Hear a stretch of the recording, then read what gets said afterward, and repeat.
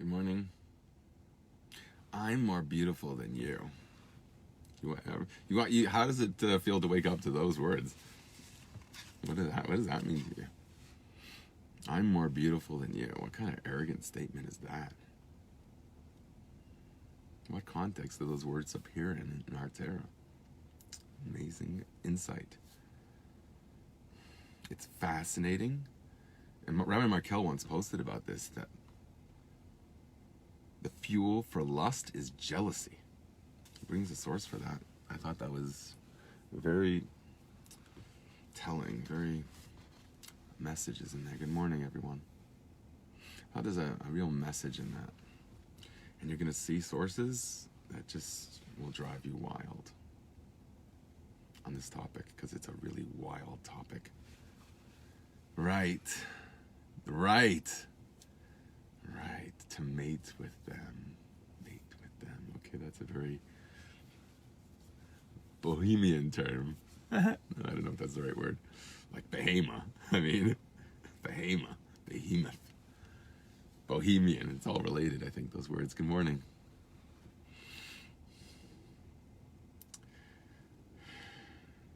So I have an amazing teaching for you from Hayom Yom HaMavur that brings out today's Hayom Yom, which is beautiful. You have to really learn that. I don't know if I'm going to get into that part so much of it, but this is the context, which is fascinating.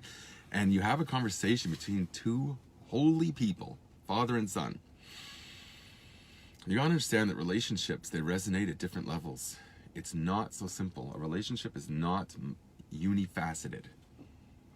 The Torah teaches us that.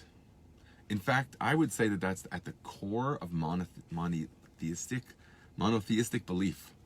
That we believe all of our relationships have one source. There's only one source for it. It's in God. And God is every relationship. So in life, if you have one person you're close to that you could have that sort of holistic experience, that would be an incredible thing. So there's a concept of unity in intimacy that's to the exclusion of everybody else. That's why metaphysically I say it's so important to recognize that there is only, the world is God and you, and nothing else, to the exclusion of every other person around you, except maybe someone that you're super close with, like from the core, the soul level. Then that unity is merely a physical manifestation of a spiritual reality. Okay? This is all brought out in the teachings I'm gonna share with you today. And they're gonna blow you away. So there's an expression used here. Okay, so I was talking about multifaceted relationships, and it's going to come out here because you're going to have a father-son relationship here. But I'm telling you, it resonates at all levels. And I have sources. If you stick around to the end, you'll see sources for this. I've quoted them before, but here I have it in front of me. I have commentaries on it. You could really sink your teeth into it this time, I think. This is going to be the focus of that idea. I've only touched on it before, but I always said I wanted to come to this topic. How we call Hashem my daughter, or Hashem calls us my daughter, my sister, my mother. Okay. God calls us mommy. What does that mean? We're going to have to figure that one out too. But here we have a parental relationship. And you're going to see the words, they're exactly the same, and it appears in the intimacy of marriage. So it's fascinating. We have to understand what that means. Because there's different dimensions or appropriatenesses in different aspects of relationships. It exists between different relationships you have with other people in the world. But even within one single relationship, you have aspects of this. So you can understand yourself and your relationships much better by understanding the mystical truths behind these things. So let's understand the Torah on these subjects. So I have this teaching right now from the Rebbe Rayatz. The Alter Rebbe, the first Lubavitcher Rebbe, okay, his descendants, right, or who he descended from. The first Lubavitcher Rebbe, he came out of prison and gave a teaching, which is the topic of today's Hayom Yom. And then the Rebbe Rayatz, who's the one who's bringing this to everyone's attention in Hayom Yom, he's the one that he's quoted here. He said this in a certain context. He also got out of prison many years later. Hafresh Pei Zayin, okay? He came out from prison. On Gimel Tammuz, of course. Bisfadus Sudas Haida. But later when he got out and he celebrated, he said a certain mimer called Suya Dechem Kaddish, which is the topic of the Yom Yom. Okay, we're getting a bit lamdish here, but this is a story. So the Frierdiker Rebbe says, during this Sudas Haida, when he's thanking God, he tells a story about his predecessor, the Alter Rebbe, the first Lubavitcher Rebbe. When he came out of prison and went to Petersburg, Amar Lifnei Admor Hamtzoi, Maimer. He told his son a Maimer. Besachakol Kama Shurais. It was very short. And that's the topic. It's called Suya Dechem Kaddish. That's the topic of the Hayom Yom. It's known that these two tzaddikim, father, son, were very different in their service. They represent each one something different. And here it gives a fascinating account of that, which does resonate at one level. Remember I said the Alter Rebbe was Baal Hispilus in the sense that he used to daven very expressively, outwardly, with gesticulation and ecstasy visibly, that he would be rolling around in somersaults and flailing his arms around and like very radical physical movements. They padded the area around him where he davened. Okay, so he's associated on the one hand with his spilus, ecstasy, but typically he's associated with chokhmah. And usually the Mitzvah Rebbe, his son, is associated with bina, understanding. There's wisdom and understanding. One is a seminal point, and one is the expression of that. You got like a male and female qualities there. So the Mitzvah Rebbe, in this sense, is the ben. He's like the recipient. He still has that resonating here. But you'll see that here the Alter Rebbe, if I get it right, is known for Bechinas Hispilus Halev, we're going to say. He was a very impassioned person in his heart and expressed that. So it's not wisdom we're associating with or maybe wisdom goes well with that, because it's wisdom that's in the heart of a prophet, isn't it? That makes him have prophecy. So that's associated with wisdom and the prophet when it's a state of ecstasy. So maybe, I don't know, but Bina is associated with pleasure. So I don't know, maybe the two aspects of an experience is the pleasure aspect and then the intellectual aspect. Could be. I'm just speculating. Okay, so they were different in their service of God. That's known, the story of the son, the Mittler Rebbe, with his father, the Alter Rebbe. This is the conversation. The son says, Ani taiv mimecha. In Yiddish, shener fardir. I'm shener fardir. Shener fardir? I don't know. I'm shener fardir. It's fascinating that Hashem instructed Moshe to accept the women's gifts of the mirrors, which they arouse their husbands with. Okay, I have to press see more. Let me just click that. In Egypt, and to line the laver with them, right? He the Kayan shall wash his hands and his feet in it, so that he shall not die. So deep. But it's so expressive of the fact that the very core of purity is associated with an expression that looks like it was used for the Yetzer Hara. Even Moshe Rabbeinu, the Chochmah, missed that point, and that's probably the secret to what's going on here, as we're going to read. What in the world is the son saying to the father? Ich bin shener fardir. Is that how you say it in Yiddish? I can't even say it in Hebrew. Ani taiv mimecha. I am better than you. I am shener than you. I'm shener. I'm prettier than you. We'll see that. That's the exact terminology that the wives use to their husbands in Mitzrayim. It doesn't say that here. This is my own idea, but you'll see it yourself. I'm gonna bring it for you. Just keep this in mind when we get there, because that's my point. Look at the same expressions. Why is he saying this to his father?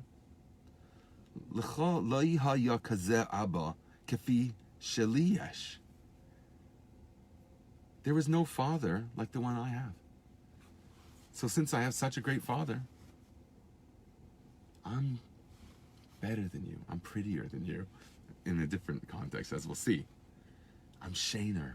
I don't know how to say it. The Amar Lois, the Alter Rebbe answers, Ani yafe mimecha. Here it uses the word yafe before it says ani taiv. Okay, each one, maybe it's the difference of father and son. Each one emphasizes something different. I don't know if you think about that. Ani yafe mimecho, l'cha. Maybe I'm making a diuk. I don't know what the original Yiddish is, so we'll reserve that interpretation. Maybe they're just trying to be more fluid. Ani yafe mimecho, l'cha ein kazeh ben k'ma shel li yesh. And from you, there's no child like the one I have. In actuality, the Mittler Rebbe's son did not take the leadership. The Alter Rebbe's grandson did through his daughter, Devorah Leah. So interestingly there, this did come to fruition. The Alter Rebbe himself had a father who was a tzaddik. His name was Rabbi Boruch, right? I share his name.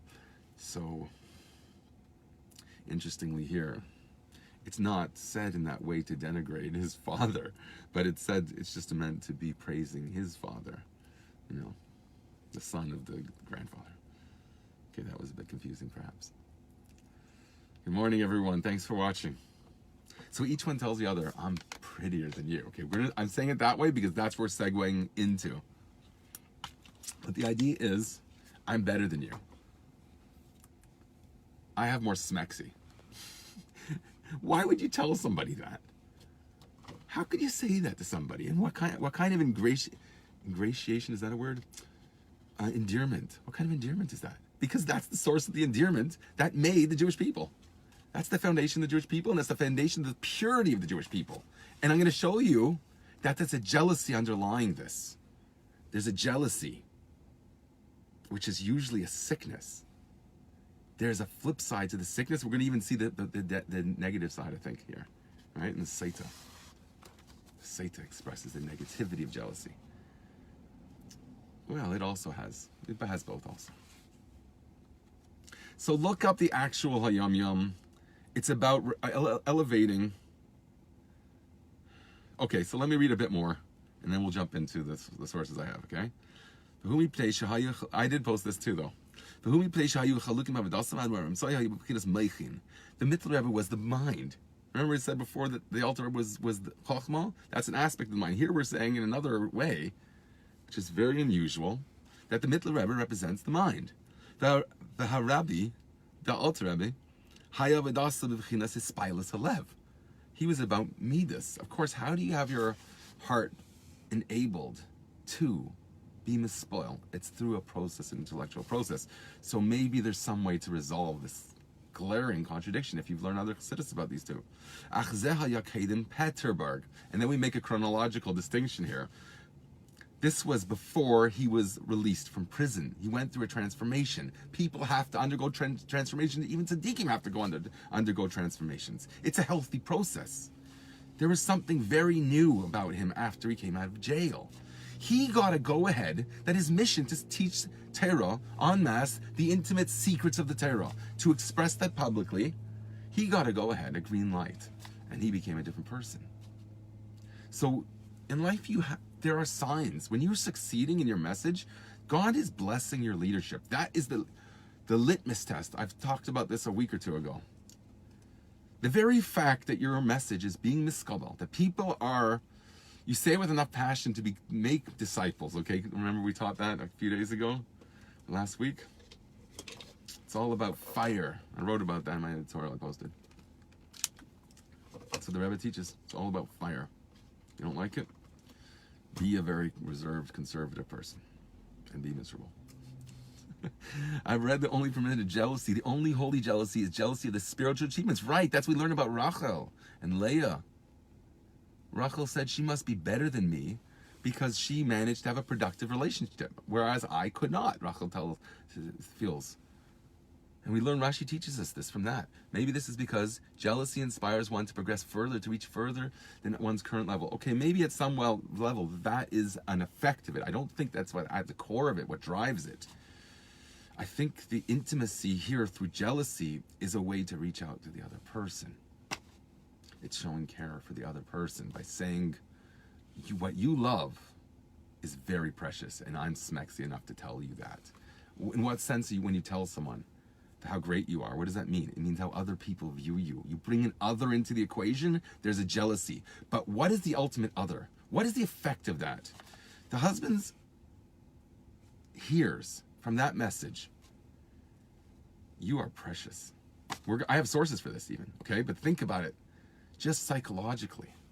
You are precious, you're right, you're valuable to the world, to the other, you are desirable. And you know what? I want to take you into my world, so I am everyone to you. You have no need for that. That's the effect of hearing that. Yes, you're a higher level than me, and you draw more attention to you than me, and therefore I don't really deserve you. You are the precious. I see you as my mother, okay? You are the precious. That's the crown of Shlomo Melech we're going to see. Okay, I'm getting really ahead of myself, and you are the problem here. Mrs. Miriam Gray. By preempting this whole share. No, I'm just kidding. This is awesome. I really feel that it makes it, there's a build up here, because you understand where I'm going with this. I feel like you are either reading the sources that I posted or just know them. One or the other. It's really one and the same. You have to re-know things anyways, you know, when you just bring them to mind. By hearing something that reminds you, or especially a share on the topic, it draws other ideas out, and they have to resonate. You have to make everything one Torah. There's one consciousness. There's one world. Okay? The jealousy is to arouse the other person to realize that. This is the precious. I don't have to look anywhere else. The whole world exists within your eyes. That's the romance that underlies a relationship that's called Chesed Nu'arich that I spoke about 2 days ago. It's the foundation of a marriage at every level, chronologically too. Remember, here we're talking about the Alter Rebbe getting out of prison. There's a chronological aspect also that changes, and a maturity that ensues. But there's a hispilus alev that happens at the beginning. That's a chesed nu'arich. This is what intimacy and relationships have to be at the foundation. If you're lacking on the foundation, it's rotten to the core. Not because it's bad. It's because it's not healthy. Got to understand that. It's a very important message, I think. And I'm going to bring you Torah sources for this. Not because I looked for them. They just fell into my lap. This is, you know how I get my thing every day? I do Chidas in the morning, like I do Hayom Yom and Tanya. I look up a pasuk that just intrigues me. I look it up. Okay, so check this out. What intrigues me here?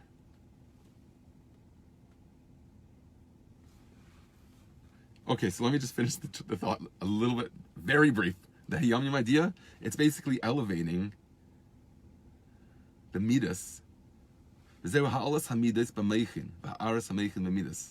Each one reflects on the other. There's a relationship between mind and heart. That's being alluded to in this story, because each one represents something. That's what the Frierdiker Rebbe, the previous Lubavitcher Rebbe, is teaching us here. And that brings about blessings from Tzion, which is the essence of the soul. And that brings Eises Shemayim V'aretz. Shal Yedei Zeh Yikimu Olos. This creates the world. The world will unfold before you when you approach the world this way, that your heart should be in tune with your mind and your mind with your heart. Have integrity in all areas. Be the lion through the ideals that drive you. Be honest about what your ideals are. Look into them and say, that is worth living for. That is the precious. That is Amy, my mother, the crown. I'm crowned by my mother. We're going to see what that means in this psukim that I just can't resist holding back from anymore. Okay, I'm putting away the Yom Yom Hamuvor, my favorite sefer. Now this is my favorite sefer. I posted it, brass mirrors. Okay, I think I called it something else there. What did I call it? I'm smexier than you, basically, is what I'm saying, right? What in the world is going on there? So it says in Shmos 38:8, he made the laver of copper and its stand of copper, or it could be brass. That brass is an alloy made of copper. From the mirrors of the women who perform tasks at the entrance of the tent of meeting. Okay, that's already like a nice visual. Okay? Kira nacheshas veskanei nacheshas, the whole purity. The whole foundation, the first of Veda, was washing your hands. Just like we start the day with washing our hands. We make like the Kohanim. Being crowned by his mother, right? We're going to quote that. Resisting the urge to comment. Okay. It will help my share go smoother and more, less circuitously. But they had Marais Hatzeves, Asher Tzavu, The word savu means like tzivos Hashem, like these hosts, this multiplicity, this mass, the masses rather. But you have this word marasat saivais, these mirrors, they perform tasks. Here the word means tasks, but it also has connotations of that they made generations. They had a productive relationship because of this purity that they brought to their marriage, this purity of jealousy. The flip side of jealousy is purity, as we're going to see. It's the source for purifying the Saita. That's where we're heading, okay? So Rashi. Let's read it in English, okay? Should I put on a funny accent? Will that entertain people? I'm losing people like flies. The mirrors of the women crowding, it says here. That's how it translates. Maras hatzaives, crowding. The Israelitish women, Israelitish, that's a word, give me a break. The Jewish women, okay? I'm going to have to translate this myself. They had mirrors with which they would use to beautify themselves. They put on makeup and jewelry. They didn't hold back from giving even these precious items for the sanctuary between them and God, recognizing that the true relationship exists within God and by extension and by ultimate expression in the physical. It starts with God. It ends with Seifu Maisa Shavar Tchila. The first in thought was this oneness on earth with God in the physical. And specifically through relationships, physical relationships between people. That is the Dirbach Tachtainim, represented by the Kruvim, okay? The whole Mishkan is based on that intimacy in the physical. So it's one and the same thing, but one is more spiritual in the sense that it emphasizes God, and one is more tangible. It's Ratzah and Shaiv, okay? It's the two aspects. It's the Seichel and the Midas, the mind and the heart. But you got to figure that out, because I want to read these sources. They didn't hold back from offering this in their generous gifts to the Mishkan. But Moshe was suspicious of it. Because they were made to entice people for intimacy. So in what sense are you bringing this into a spiritual place? There's nothing wrong with it, but why are you bringing it to a spiritual place? Don't give that, okay? Like, they gave the kumas. Look what kan makam zima. What's a kumas? It was an ornament on the genitals of females, made out of gold, representing that you have this dedication and devotion to one person. That's what it represented, and that was given for the gold of the Mishkan. Here we have the brass of the Mishkan, and that was used for the Yitzhar, not the other one. That's more about fidelity. This is about almost the opposite message. The brass represents like a brass sound that has that resonance here too. The copper, it has that tinge to it. And that was asuyim leyitzar hara, made for the Yitzhar hara. Amar LaKadosh Baruch Hu kabel, the very essence of God, the Kadosh, right? It says receive it. Ki elu chavivim alai min hakel. That is the most beloved to me of all. 907, we're doing good, right? We got some people listening. God says receive it. You're the Makabel, he tells Moshe. I'm the Balabas here. I'm Kuchabricho here. Right? We have a pecking order between us. We'll see that it flips too. There's an Emi. Who would have thought there's a source for that? But there is. There's a source for that. We're going to get to it. Okay, so I'm going to look at Baruch Hu Kabel, Ki Elu Chavim Alayim Nikol. That is the most precious of all. Why? Shall Yedehim Hamidul Hanashim Tzvois Rabbis. You have hosts that came out of the relationships that they inspired. B'Mitzrayim in Eretz Haaretz in Egypt. Kishahayib Aleim Yagayim. Their husbands were toiling ba'avedis perach. Remember, we discussed why they have to toil in perach, because of Adam's chait, right? It's to masakin that. Now you have to feed your soul. to work for a living. That's the Mitzrayim, but we come out of that. There's a geula that everyone's going to have. They're not going to have to pay attention to that so much. We're going to get fed by God rather, instead of us. That's the way it was meant to be. There's a Baal that says, Kabel, you be the Makabel. I want to give to you. That's what's happening here. Each one says, I want to give to you because I'm better than you. I have what to give. Each one says that to the other. I got other sources for that too. Beautiful ones about the two fat sages. Okay? And I have a story from my friend Yossi Schwartz. Okay? I've cited that a few times. The Sheva Brachas blessing. Okay? You can Google that on my page. So check out what happens. The Torah just paints it for us on a canvas. They were beaten. They felt very downtrodden and broken from their toil that they had to endure. So what did their wives do? They cared. So they went. There's two terms for going. No. And then they went and they brought them food and drink, and they fed them. And they would take out when they were eating, they would take out their mirrors. Like, which is he more interesting? The food, his cell phone, or me? Where are you? Do you have a real relationship where you actually look into each other's eyes and express care? That's what's at the key here. The flip side of jealousy is a profound care. Maybe it's alluded to by Imi. I don't know. We'll see.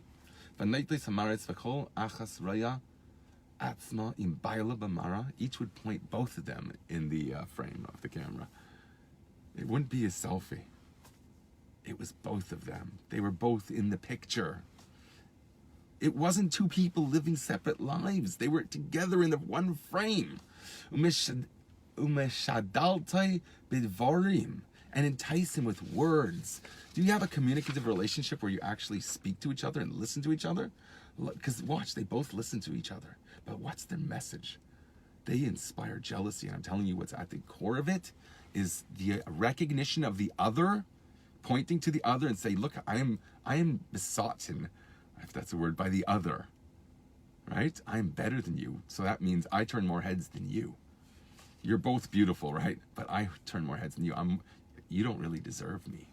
And that says, I do deserve you because there's nothing else in the world except me. I'm going to give you everything. I'm going to give you everything, and therefore there is nobody. You don't need anybody else. I'm going to be the one that's the Baal. And Kabel, HaKadosh Baruch Hu tells Moshe Rabbeinu, okay, the head of the Jewish people. So we have some Midas Seichel thing here, which I haven't analyzed enough to be able to talk about yet. I don't know if that's going to happen. We'll see. But look at their conversation. This is what I wanted to get to. And I got tons of sources here. And maybe we're going a bit fast.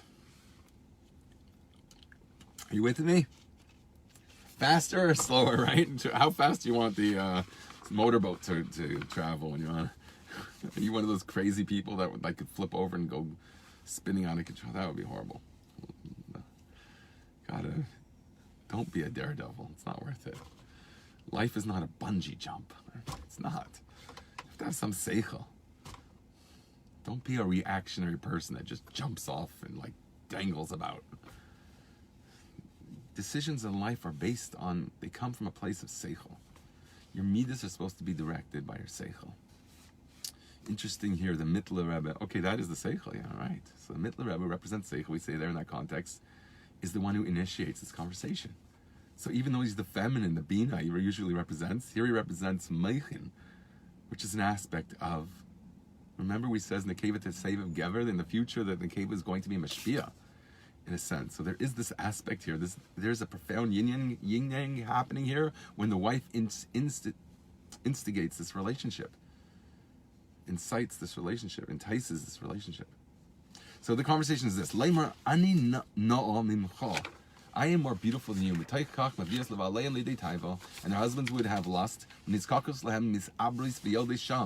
they would cleave to them, and they would have a productive relationship. Something would come out of it. A child. It says in Shir Shirim, my favorite, right? Song of Songs, beneath the apple tree I aroused you. It's talking about the wives arousing their husbands under the apple tree, because Hashem miraculously made an apple tree grow to give them privacy and intimacy to identify that yes, there is an aspect of the sada, and you have to be able to express your love openly in a certain respect. But what's God going to do for you? He is going to create for you. Ultimately, it will be miraculous again. Anytime there's a need for intimacy, bang, there's going to be a tree pop up and provide that. But we're going to see what it means on a very theoretical level. We have sources to tell you what it means. It's an awesome thing.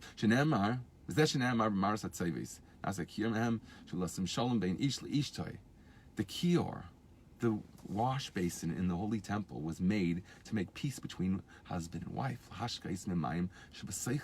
To give water, to provide water for the drinking of the suspected adulteress, the saita, lemisha kine lebaila, to whom the husband expressed jealousy and instituted restrictions on her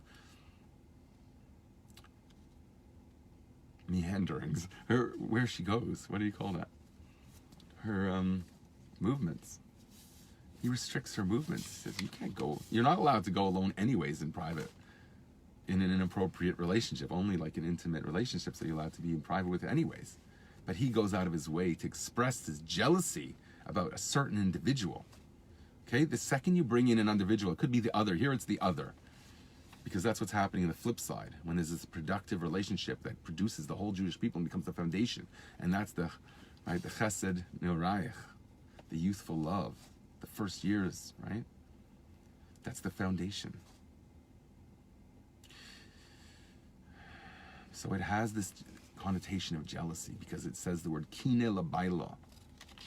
The Baal expresses jealousy. What's the jealousy? There is no other. You can't be alone with anyone because I'm everywhere with you. We have to have a relationship that each person is everything to the others, to the other. That's what's at the core here. It's giving you a profound message about real intimacy. It's when you say to the other person, there cannot ever be another. Why? Because I'm going to be everything to you just as I know you're going to be everything to me. And even though I'm not worthy of you, because you turn more heads than me, in every sense of the word here, it's been brought, the Torah means it this way. So it means in the most crude way here, okay? And that Kadosh Baruch Hu says, Kaba, receive that. Specifically that is what you're going to have purity in your whole mindset. Your whole avodas Hashem is dependent on that type of intimacy, the pursuit of such a type of intimacy whereby you feel there is nothing else. At least in the foundation, it has to be there. Okay, else it will be an apple tree that has a rotten core, and there has to be health. So the apple tree here image really resonates with this image of the foundation, the Tzivas Hashem, the birth of the Jewish people when they were called Tzivas Hashem for the first time. Here's an amazing commentary of Medrash Tanchuma. It says, okay, Kudei Mishkan, these are the accounts of the tabernacle and the bronze of the offering. The bronze of the offering refers to the bronze, or I say brass vessels given to a bride. For in Greek they call a bride nymph, a play on words tenufa. Nymph is tenufa, the offering. Like we have the expression, I think I wrote it down. No, I didn't see where I wrote it down. Lechem tenufa. Okay. What does the word tenufa mean?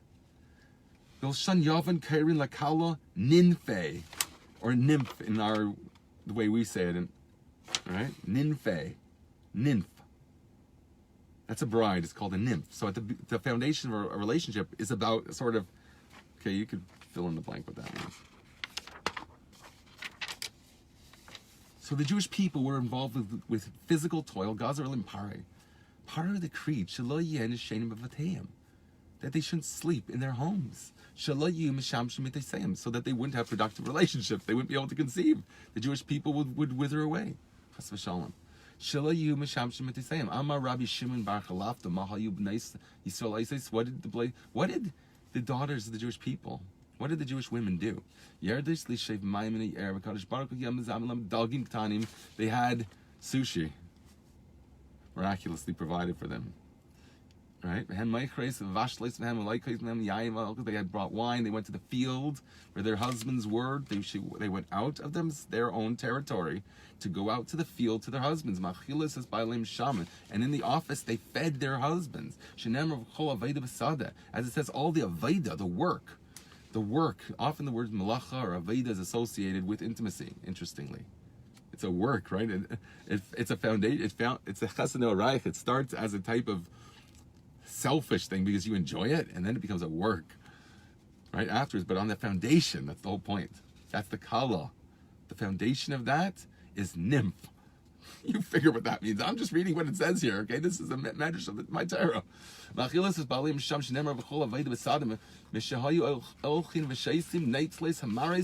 they would take their mirrors and put them both in the frame again. Each one suggesting their worthiness by saying, I'm nicer than you, I'm prettier than you, I'm more smexy. That would make them lustful. They would conceive. And immediately there, God, remember we said in the Hayom Yom that God blesses that type of relationship. That was the Hayom Yom there. Look how it ends. The very short mimer, it ends with that idea. God infuses the relationship with blessing and miracles. Okay, it's a pasuk in Shir Shirim. It says, beneath the apple tree. So the words are, who is she that comes up from the desert, leaning upon her beloved? Under the apple tree I roused you. It was there your mother conceived you. There she bore you, conceived you. Okay? Rashi, the Holy One, blessed is He, and His tribunal say about the congregation of the Jewish people. Who is she? How very worthy is she? See, it has to do with worthiness. Who has ascended from the wilderness with all the good gifts. There's a worthiness here. You see that she's right. Look how worthy she is. Look how I am very lucky. Each one, right? That's why we learn that you acquire a woman through money, through the relationship of Abraham buying the field from, what was his name? Ephron? Because each one thought, when they did the transaction, each one thought, I got the good of the deal. I got the more worthy one. Each one, like, Avram paid $1 zillion for this field, which is like a shmata to the other one. And so he said, I got such a good deal. This is the thing was, I got the good deal. Each one has to feel that, and that's at the core of the kala, right? Okay, so Hashem says to the Jewish people, Mizais, quoting the words, Mizais Eilamina Midbar and Shir Shirim, who is this that comes out of the desert? Remember we spoke about what a desert means, the darkness, the idea of that selfishness and I enjoy this. That's a selfishness about the beginning part of it, right? But that's also tied into this jealousy.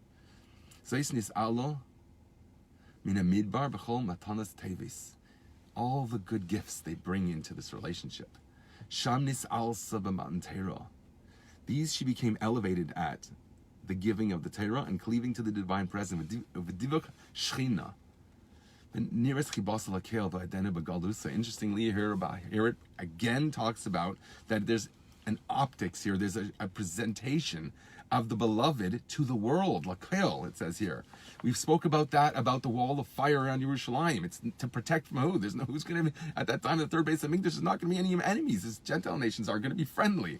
They're going to be part, but that's the whole point. It's to show them the glory of the Jewish people. It's a magen in a different sense. It's to show your protectiveness, not to protect from an enemy, but there's an intimacy there that shows you're precious. You protect what's treasured. Even if you're in a palace and you have no enemies, you lock up your precious treasure. It's chedrei chadarim, lifnai v'lifnim. The precious. Where is the ultimate treasure of all humanity, even the physical sense, in the Kodesh HaKodashim, the Aron? Right? Even in the physical sense, what would that be worth? Okay, try and sell that on eBay. You betray. So it's for the sake of showing the covenant of the Jewish people to the Gentiles that they should participate in the wedding of of the Jewish people and God. I know this is a lot, but I'm just, how much? I was up at 5 a.m. Give me a break. Rashi on Shir Shirim, Mr. Pekes al Deida. Have you ever thought there's a sense of holy clinging? Clinginess is like, you would think, is a very negative thing.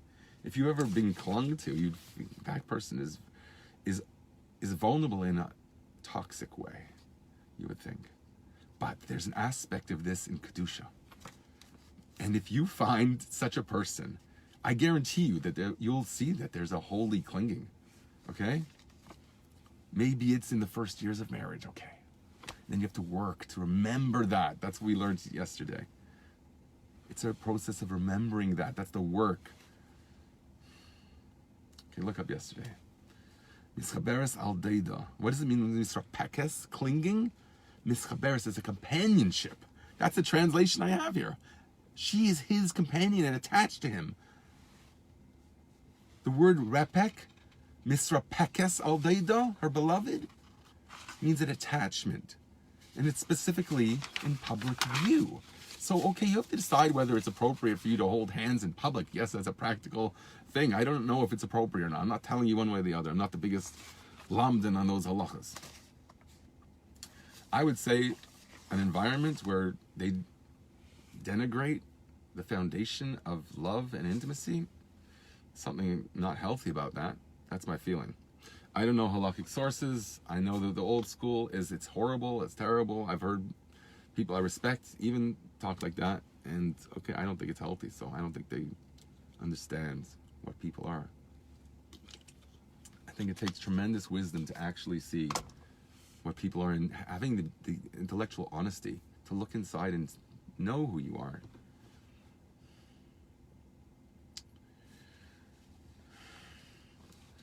So look what we're associating this apple tree with. Kaki omeres, next Rashi. Takas atapuach erotika, I aroused you under the apple tree. Kaki omeres bevakashas chibas deida. This is what the bride, this woman, okay, goes out to request the lover or husband. I mean, this could have been someone that was married for 30 years, 50 years. It doesn't say it was only the young ones. This is what the women did. This has to be all the time. I mean, we call it a kala because they embrace and prolong that foundation. So, technically, I suppose you could prolong it for 120 years and beyond. Isn't that what God wants? The passion in the world, the fire that I've been quoting source after source. Someone tell me that you're supposed to be a clam. Show me a pasuk, okay? And then I'll defer. I'll bow to your greater wisdom, because I know the whole world tells you that. I know that. So show me a verse for it, and then we're talking. If it's bad to be passionate, I quoted sources that it's good, and in fact, that's will gain an audience for you. Maybe it will be select few, but that's not shown to be something that's the main point, the foundation of a relationship of hashpah, of giving ideas. Because that's what this is about, right? This resonates at the level of the heart and mind also, as we started with. Okay, but these are being portrayed by a metaphor. So we're not going to stop at the metaphor. It has to always resonate at all levels. Okay, and you decide where you're holding and what you're going to emphasize. I know some people, it's inappropriate for them to be talking too much about these things. Like, I have a broader source for that. I didn't come up with it because it's a bit counterintuitive to me even. I think times are changing. I don't mean that in terms of like fashion. I'm talking about Mashiach coming and ideas coming to the fore that have to come to the fore now. And if you want to be on the cutting edge of that, then stay with me. Let's walk together on that path, because I think that's where it's at. So what does it mean underneath the apple tree? The arousal of the wives under the apple tree? Zcher, again it says remember. Ki besachtis harsina. You have to remember always. There was a foundation. You have to bring that into your life all the time. You have to remember the giving of the Torah in Har Sinai. Hasui al reishi kamin tapuach. That was made over my head like an apple tree. Here it says apple, but it means an apple tree. That's a mistranslation. Sham ararticha. That's where I aroused you. Hulishan chibas eishis neurim, and that means the affection of, remember we spoke about this I think yesterday before, about the wife of one's youth, meaning when you first got married. And eris is deida baleilis, when the woman arouses her beloved at nighttime. Remember, we spoke about what that means. Why we daven in the day, even though davening represents intimacy, but we have intimacy specifically at night. So here, the wife is arousing her husband, but it also means bisnumais ale mishkav, when he's lying on his bed.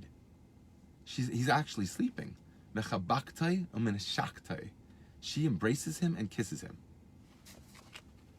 Okay, this is my fault. I wrote this. This is Rashi on Shir Shir. Shama chibloscha imecha. There your mother had birth pangs. We've already stated that the Holy One must be called her, the Jewish people, his mother. There she became you as a mother. So another Rashi, it quotes the verse, Tzenu ren abnais tzion b'melech shleimai. Oh no, it's a pasuk in Shir Shirim rather. It's another verse, okay? Going out the daughters of Tzion, which means the essence of the soul, quoted in today's Yom Yom. B'melech shleimai, the king shleimai, ba'atara she'itra le'imai b'yem chasunasei v'yem simchas libai. O maidens of Zion, go forth and gaze upon King Solomon, wearing the crown that his mother gave him on his wedding day, on the day of his bliss. She'itra la'ima, says Rashi, ayom mayed. What's the biblical representation of this verse from Shir Shirim, which is part of Tanakh? What's the crown of the mother as it appears in the Torah? That's the ayom mayed, shehu me'utar begavanim, which is adorned with beautiful colors, tchelis v'argam salashani, hues of blue, purple, and scarlet. Rabbi Nechon Yeshar, Rabbi Shimon ben Yochai, Rabbi Elazar, Rabbi Yasi. Efshar sheshamata me'avicha mahu, ba'atar she'itulei ima. Did you hear from your father what he said about the crown that his mother adorned him with, or coronated him with? Amar le mashal melech. This is an allegory of a king. Shahaitz lebas yechida. Why does it talk about a mother? We're talking about a wedding canopy. In what sense is his mother the one that crowns him? It didn't start as his mother. Yitzchak brought Rivka into the tent. He came out his mother. It was his mother once they already had a relationship. There was the shidduch, and then there's a zivug. Two stages. There's a unity that you achieve, that you recognize, you know what, you're even my mother. You give me my crown. And we're going to see what that means. It starts as a daughter. He has an only daughter. He loved her. The king loved his princess daughter in an incredible way. His love just overcame him until he called her his daughter. Listen, my daughter, and see. Okay, that's a beautiful words. His love did not wait a moment. It didn't move. He could not stop loving her. They translate here. That's a nice translation. He could not stop loving her until he called her my daughter. Okay, that we read. And then he could not stop loving until he called her his sister. His sister. Another verse in Shir Shirim. Open up for me, my sister, my love, my friend. Then he could not hold his love back until he called her his mother. Shenemar hakshivu elai ami ulumi alai hazinu. Listen to me, my nation. And my nation, in other words, it's redundant, but it uses a different spelling. Le'umi with an aleph mem yud. Elai hazinu. Listen to me. Listen to me. Well, le'imi ksiv, but it's missing a vav. So to teach you that it's talking about my mother. Amad Rabbi Shimon ben Yochai u'nishakar al reishei. Rabbi Shimon ben Yochai got up and kisses him on the head, the author of these words, the speaker here.